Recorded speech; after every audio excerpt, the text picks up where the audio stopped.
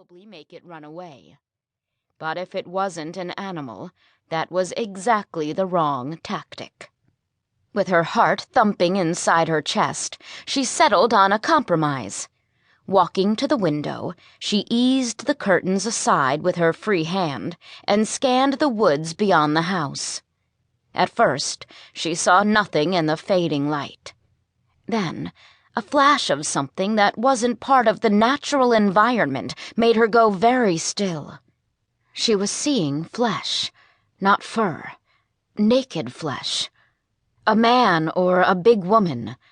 She kept her gaze trained on the figure, looking for details. It was definitely a man. He was in the woods 50 yards from the house, weaving his way through the trees on unsteady legs as though he was coming off a 3-day bender. The breath froze in her lungs. Who the hell was out there in his birthday suit? Some pervert who knew a woman was staying alone in this isolated location?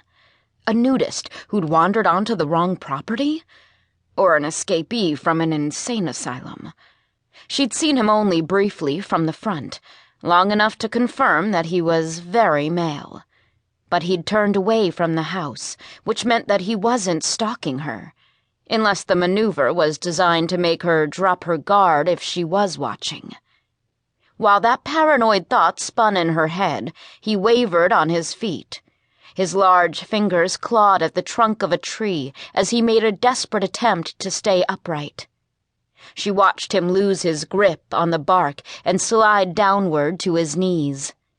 Again he flailed out toward the tree, but his hands slipped away, and he fell onto the ground, lying on his side in a pile of dry leaves, with his knees curled toward his chest, unmoving. She'd thought he might be stalking the house. Now it looked like he was a man in bad trouble, unless he was still pulling an elaborate scam. But she couldn't simply leave him there. As she looked around, her gaze fell on a striped maroon and orange afghan, one of the many her mother had crocheted on long winter evenings.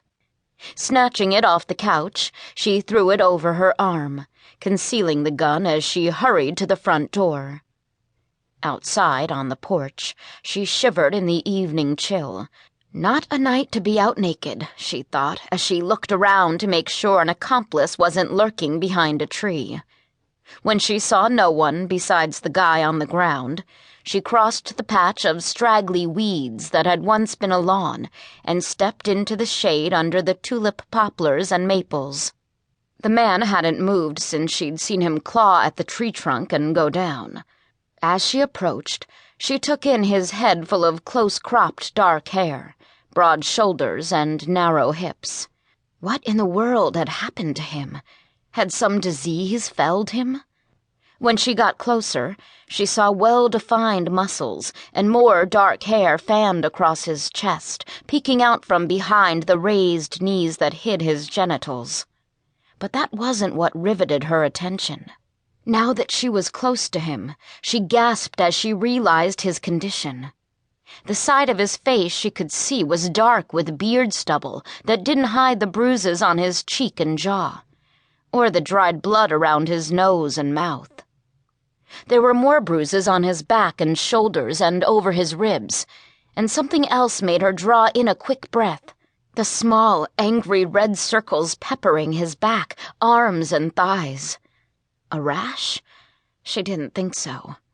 She'd seen something similar once when she'd been a teenager. She and a bunch of kids had been out in the woods smoking. Billy Anderson had dropped a cigarette on his hand, and the mark had looked like the ones on this man. Only these were deeper, angrier.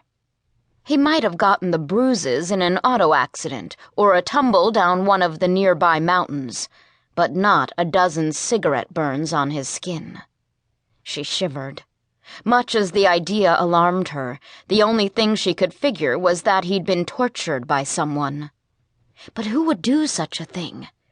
She couldn't ask, because he was unconscious, lying out in the open with the temperature falling, his breath shallow. Again, her mind spun unwanted scenarios. There were people in these hills growing pot, others with meth labs. Had he gotten